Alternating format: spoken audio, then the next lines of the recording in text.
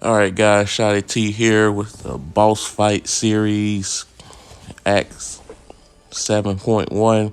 This is 7.1.1. We're going to split this up in parts. We're going to do it by each sub chapter just to cut the overall length down. So, first, we got a Black Widow Deadly Origin where basically, if you try to stun her, she immediately gets an evade charge, and the only way you get rid of it is by dexing. And by doing so, she gets a passive stun, and this node also grants you 200%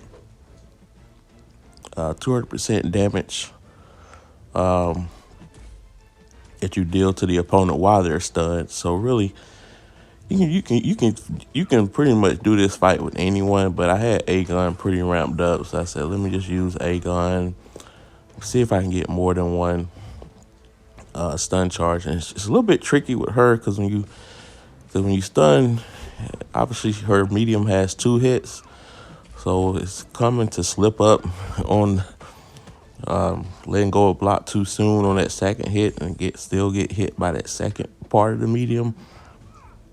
And because I remember my first time going through this fight when I was doing the initial completion, I slipped up a couple of times doing that. But obviously with this being, I think this is my second time going at her overall, I got used to it. I think you have to face her twice anyway to 100% it. Each boss you have to pretty much face twice in order to explore each sub chapter. So as you can see there, it just gets the passive stun, and even without the passive stun, Aegon still does pretty good damage either way to her because of his ability. And also 6 stars do get an added boost in Act 6, Act 7. You don't need to have them, but it just give you extra benefit to use them. But I will say that Act 7 can be done with 5-star champs, especially if you don't have a deep 6-star roster.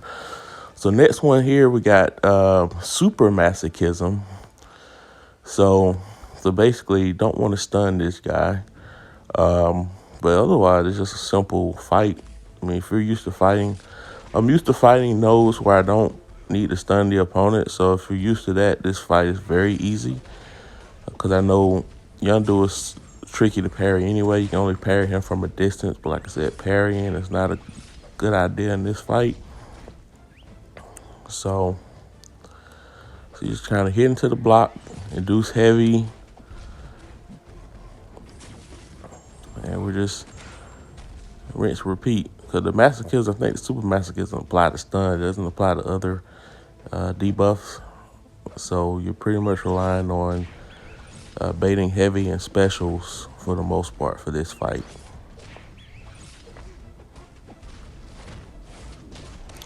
And I forgot why I chose Silver Surfer instead, but I didn't. Like I said, it's been a while since I recorded some of these fights, so at the moment, not sure 100% why I chose him and not someone else. But just to kind of give you an idea, really it can be done with anyone. I think that's probably the main thing. I want to say that this node is, okay, I think I remember now. Rich gets richer, so the more unique debuffs you have on you, the greater your power gain rate over the opponent. Well, I guess it don't matter how many more. As long as you have more buffs than the opponent, you gain passive power. So I believe that's why I chose him for this fight. Because the opponent does grant a fury. They do get a fury, like feats of power, I believe. Yeah, when they reach 1 bar of power, they get fury. 2 bars of power, they get precision. So, but obviously with Yondu, you don't want to give them the 2 bars of power because that's special. It's tough to evade 100%, and it's going to be, I mean, these are some beefy opponents here, so you don't want to take too much block damage. I don't think it's going to kill me, but still, want to try to want to give yourself more margin of error. and optimize your strategy to win. So this is like I said, this fight does take a while. Like I said, I could have blitzed this with another high power, high damage champ. But Silver Surfer, I enjoy playing with him. He's pretty fun. Especially I like stacking all those buffs. And every buff he has on him, each attack deals like bonus energy damage. And right now we're doing a lot of choreographed fighting where we're just taking turns missing each other. And he finally got me, so that was a little funny there.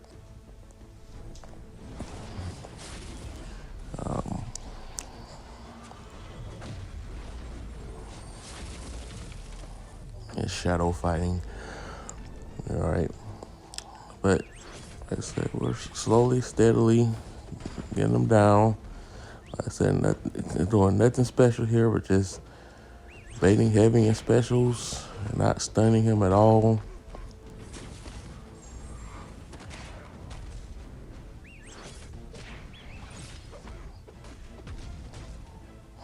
So you see that bonus damage when I hit him. It's pretty taking out pretty good chunks now.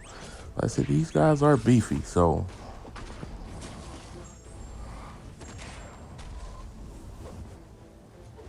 Plus I got the aptitude buff going on, so this should kill him here. And there we go. All right, this will be the last sub boss of 7.1.1.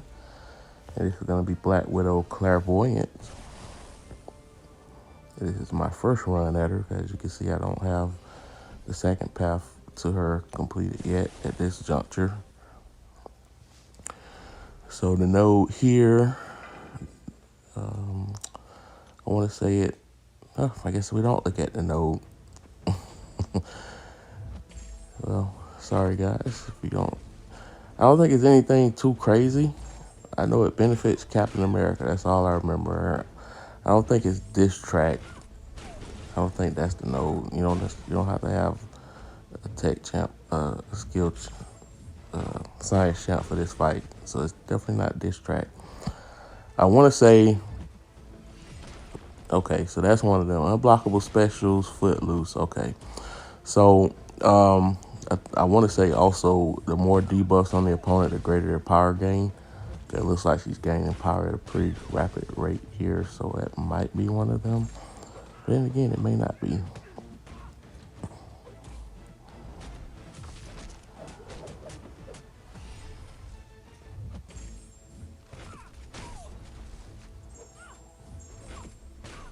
Yeah, but I said not much to this fight. I do slip up there.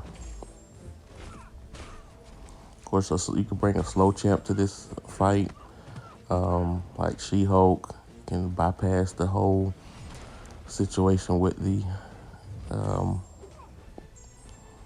you can bypass the whole situation with the Footloose. I believe Power Snack is on this node as well. So every 7 seconds, you buff gains power, I believe. So I'll just try to remember everything here on the fly because you guys didn't see it in the screen what the nodes were. But they're not overly difficult, as you can see. It's no biohazard. There's no encroaching stun.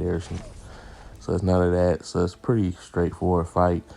But that's 7.1.1. We're gonna do 7.1.2 shortly. We're gonna rapid fire these today, guys.